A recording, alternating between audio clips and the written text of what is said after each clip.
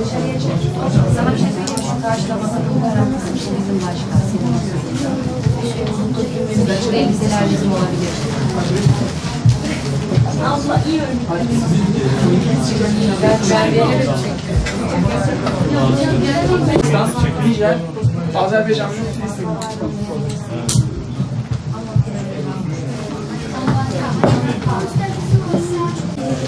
Arkadaşlar hazırlıklarımız tamamsa mikrofonlardan bugün gerçekten tarihi günlerden bir tanesi 15 Ramazan Dünya Yetimler Günü.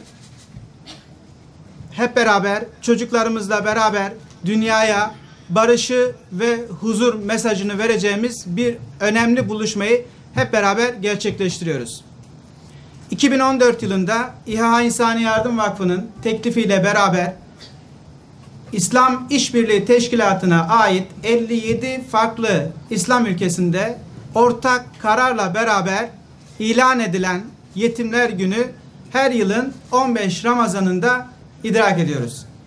Biz de İHA İnsani Yardım Vakfı olarak yeryüzünün farklı coğrafyalarında desteklediğimiz yetim yavrularımızdan en azından sesini biraz daha gür çıkarabilme amacıyla bir kısım yavrumuzu buraya getiriyoruz. Ülkemizde misafir ediyoruz. Evet, neden Yetimler Günü?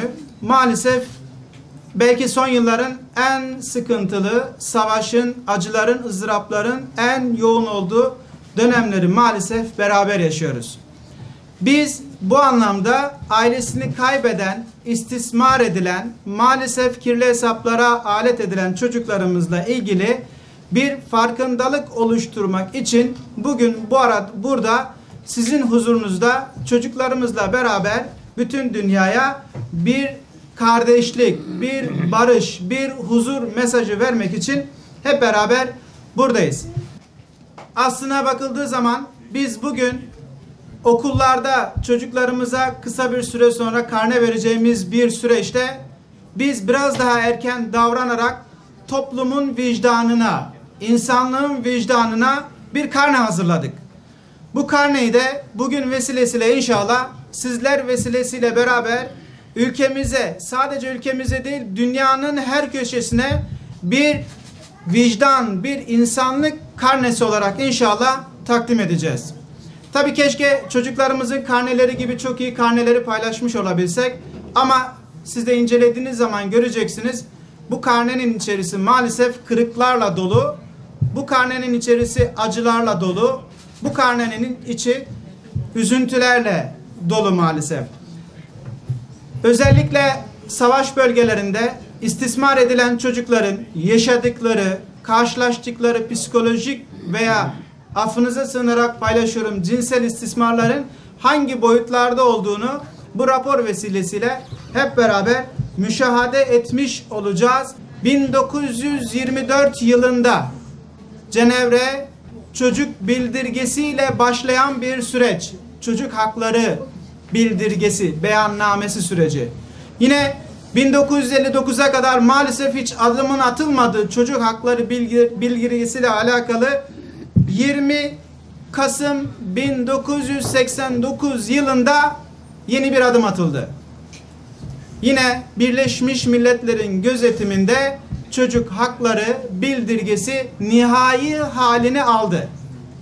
Ama maalesef özellikle dikkatinizi istirham ederek paylaşmak istiyorum.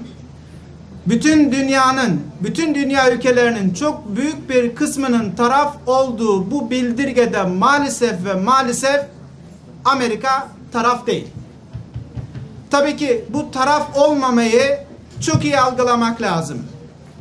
Irak'ta, Afganistan'da uzun yıllardır işgal sürecini devam ettiren ve maalesef bu coğrafyalar başta olmak üzere yeryüzünün birçok coğrafyasını kan gölüne, acıya, ızdıraba, ailesini kaybeden çocukların hüznüne terk eden maalesef Amerika'nın bu bildirgede taraf olmamasını çok anlamlı buluyoruz. Kendi anlamında çok anlamlı buluyoruz ve biz dünyaya yeniden şu mesajı vermek istiyoruz. Eğer çocuklarımıza yaşanabilir, huzurun ve barışın tesis edildiği bir dünya, gelecek bırakmak istiyorsak Bu anlamda daha fazla sorumluluk almak, bu anlamda çocuklarımızın sesine daha fazla kulak vermek zorundayız. Sadece bunu söylemek istiyorum ki hiçbir ülkede çocuklar ağlamasın.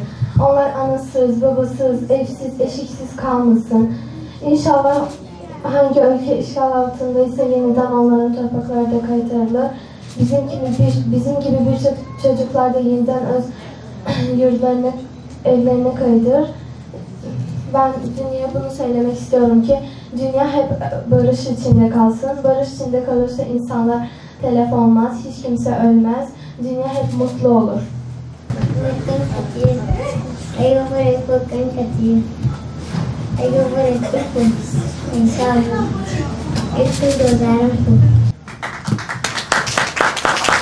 Ben bu İstanbul'a gelgенде İstanbul аябайрақты. Бұл жерде қолданған көптеген машиналар жана имараттар көп екен. Бұл жерде бардығы тазалығы, тәртіптүүлігі жақсы сақталыптыр. Бұл жерге көптеген башқа өлкөлөрдөн көптеген адам, көптеген балдар келишиптир. Мен алардын тилин билбесем дагы, бирок достоштук soğuş bu bardığımız birbirinde ıntımaqlı olup adettenlikte dünya yüzünde soğuş bolmayla koysun hiç kimdele soğuştuğu kalamayıp buluş gerek. Assalamu alaikum ve rahmetullah. Bismillahirrahmanirrahim. Elhamdülillahi ve salatu ve selamu ala Resulillah. El-Qail أنا وكافل اليتيم في الجنة كهاتين وأشار بإصبعيه. فنحن في رابطة رجال الأعمال السوريين في اسطنبول أحببنا أن نشارك إخواننا في هذا اليوم الجميل في إيهاها، أن نشاركهم بكفالة 100 يتيم تركي إن شاء الله.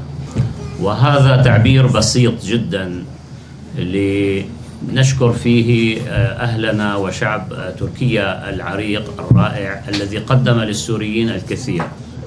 ما قدمته تركيا الدولة والشعب للشعب السوري وللمظلومين حول العالم قاطبة يفوق القدرة على التعبير. مرة أخرى باسم السوريين جميعا نشكر إخواننا في إيهاها وشعب تركيا الشقيق ودولة تركيا الرائعة. Sadece burada bulunan çocuklarımız ve ülkeleri değil, yeryüzünün bütün coğrafyalarındaki çocuklarımız kendi çocuklarımız gibi. Bu topraklar tarihte olduğu gibi yeryüzünün mazlum ve mağdur coğrafyası. Neresi olursa olsun, hangi dilden, ırktan, renkten, tenden olursa olsun bu coğrafya o çocuklara sahip çıkmaya devam edecek inşallah. Biz